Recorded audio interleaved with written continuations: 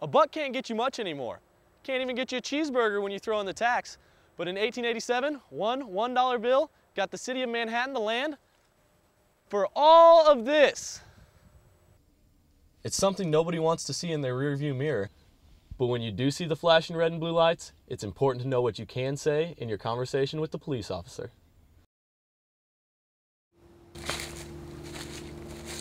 As you can see here, spiders prefer the great outdoors, but when you turn on your heat this October, you might get some unwanted visitors along with the bill.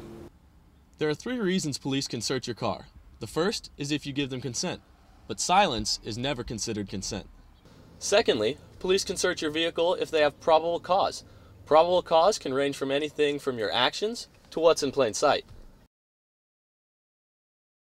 The third and final way police can search your vehicle is if they detain you while a search warrant is delivered to the scene. A buck can't get you much anymore. Can't even get you a cheeseburger when you throw in the tax. But in 1887, one $1 bill got the city of Manhattan the land for all of this. In 1887, E.B. and Elizabeth Hoyt Purcell executed a deed with the city that gave Manhattan the land to create a public waterworks system for only $1.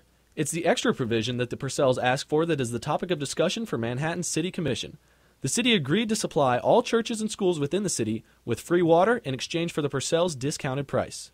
The City Commission has proposed a plan to discontinue this service on July 1, 2011. The argument is that when the deed was made, Manhattan housed around 5,000 people, just 10% of the city's current population of 50,000. There is no way the Purcells would have known just how many churches and schools Manhattan would house and just how much water it would take to operate current technologies. City Finance Manager Bernie Hayen said that if the city would have charged for water provided to church and schools, they would have collected nearly $50,000 in revenue last year. Others have a different viewpoint than the council. I feel like churches still should receive the free taxes, water, and all. The debate has even extended beyond mere opinion and finances. The American Civil Liberties Union has suggested that this practice of treating certain customers differently than others violates the Establishment Clause. The City Commission's discussion on the agenda states, while the practice may or may not be constitutional, the Commission has indicated a desire to treat all customers the same. I think they should listen to all sides of it before they make a decision and all about it. I think there will be some negative comments about it and everything. Regardless of the discussion on Tuesday night, some feel that this issue has a foregone conclusion and that the sun is setting on schools and religious organizations receiving free water. For Manhattan Matters, I'm Cooper Mack. It's something nobody wants to see in their rearview mirror. But when you do see the flashing red and blue lights, it's important to know what you can say in your conversation with the police officer. Traffic stops happen on such a routine basis, it's very rare for a driver to never experience an officer walking up to their window asking for their license and registration. However, it's after this initial stop that the debate over the application of the Fourth Amendment comes into play. Under the Fourth Amendment, there's the greatest protection is the home. Then you go to businesses, there's a little less protection there, and in vehicles, I would say there's even lesser protection. The debate has gone on for years over why this is the case, and even the Supreme Court of the United States has changed its stance on the subject multiple times. Everyone I talked to, however, agreed that motor vehicles have less Fourth Amendment protection than a home due to the fact that the vehicle is mobile. This lessens your ability to decline a search of your vehicle if an officer asks for one. There are 3 reasons police can search your car. The first is if you give them consent, but silence is never considered consent. Secondly, police can search your vehicle if they have probable cause. Probable cause can range from anything from your actions to what's in plain sight. The third and final way police can search your vehicle is if they detain you while a search warrant is delivered to the scene. This is all very rare, of course, and with how often traffic stops occur, odds of the officer asking to search your vehicle are very scarce. However, if you do find yourself in a tight situation, it is always good to know what the Founding Fathers had in mind when writing the Bill of Rights. For Manhattan Matters, I'm Cooper Mack.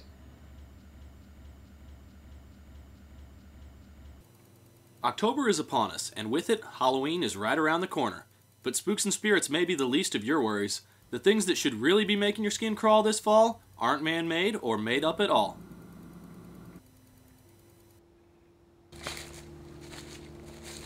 As you can see here, spiders prefer the great outdoors, but when you turn on your heat this October, you might get some unwanted visitors along with the bill. Spiders and other critters are beginning to head indoors, trying to find a little shelter from the dropping temperatures.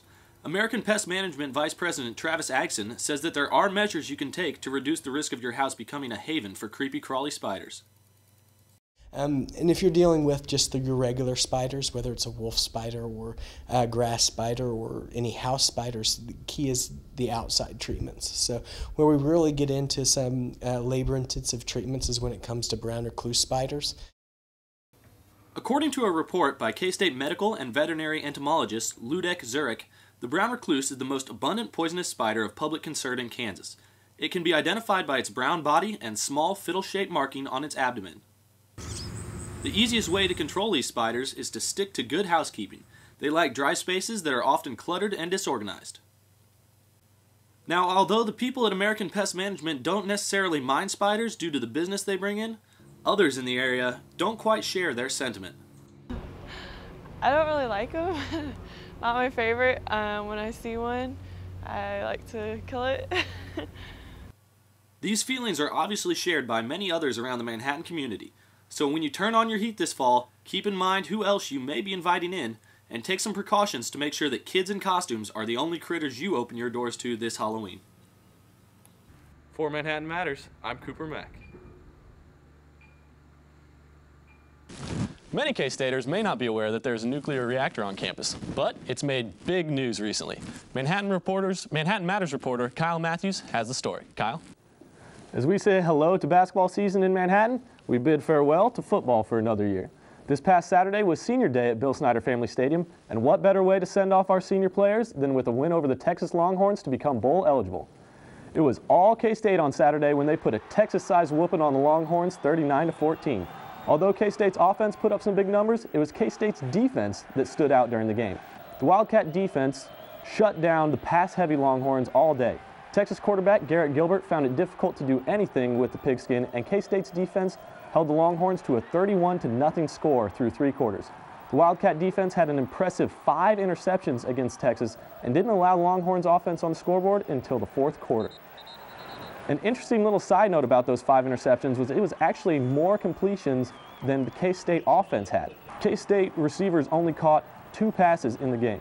They head into next week's game against Missouri, 6-3 overall and 3-3 in the conference.